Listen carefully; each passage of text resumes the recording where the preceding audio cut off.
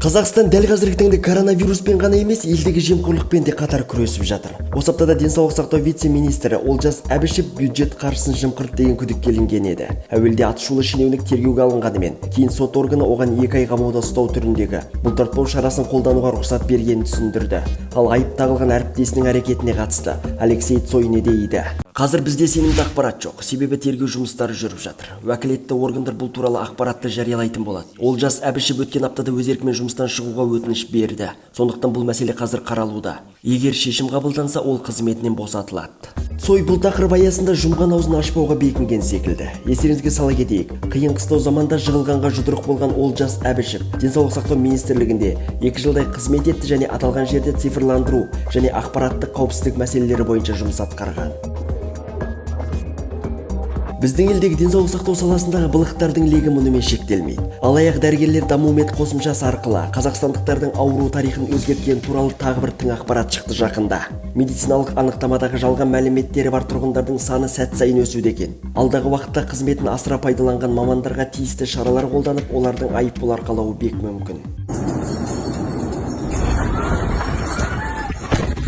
Жақында ғана Ливандағы жарылыс жаһан жұртшылығының зәре-құтын қашырды. Сыртқы істер министрлігінің баспасөз қызметінің мәліметіне сүйенсек, ауыр апатта Қазақстанның консулы Бағдат Спабек жарақат алған. Санаулы сағаттан соң Ливан астанасындағы Бейрут портында болған 2 жарылыстың салдарынан кем дегенде 100 адам қаза тапқан және 4000-нан астам тұрғын зардап шеккенін билік өкілдері растады. Бүгінде аталған елдің мемлекет басшысы 3 күндік аза жариялаған. Сондай-ақ президент мұндай келеңсіздікке немқұрайлылық себеп болғанын айтыпты. Қазақстанда алкоголь мен темекіні сату ережелері өзгерді. Бұдан былай тұрғындар енді шылым мен ататылған сусынды сатып аларда құжаттарын көрсетуге міндетті. Бұл жайында халық денсаулық және денсаулық сақтау жүйесі туралы жаңа кодексте айтылған. Сонымен қатар сатушылар тұтынушыдан жеке басын куәландыратын құжатын талап етуі тиіс. Егер бұл орындалмаса, сатудан бас тартуы қажет делінген.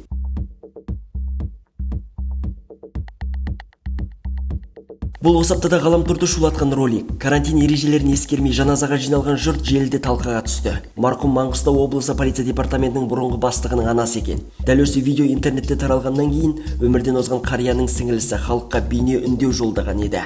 Әулетімізде апам осындай қазаға ұшырап, ауыр жағдайға тап болып жатырмыз.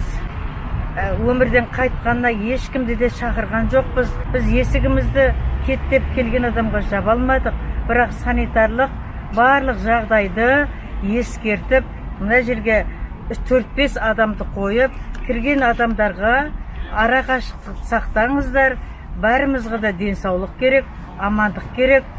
Айналайын халқым, теріс түсінбеңіздер. Енді барлықтарыңыздың да аналарыңыз бар ғой, Алла бар бәлесін сақтасын. Қандай бір кеткен қателіктеріміз болса, арақашықтық сақтанба деп айтып жатырмыз жабылып. Осындай жағдайлар болса, егер штраф салып болмайды деген жағдайлар болса, оның бәрін көтереміз. Анамыз үшін, бауырымыз үшін көтеремін. Жағымды жаңалық. Қазақстан Республикасы үкіметінің қаулысымен Абай Құнанбайұлының туған күні еліміздегі мерекелер күнтізбесіне енгізілді. Бірақ 10 тамыз тұрғындар үшін демалыс күні ретінде саналмайды. Айта кетейік, биыл ұлы ақынның туғанына 175 жыл толады.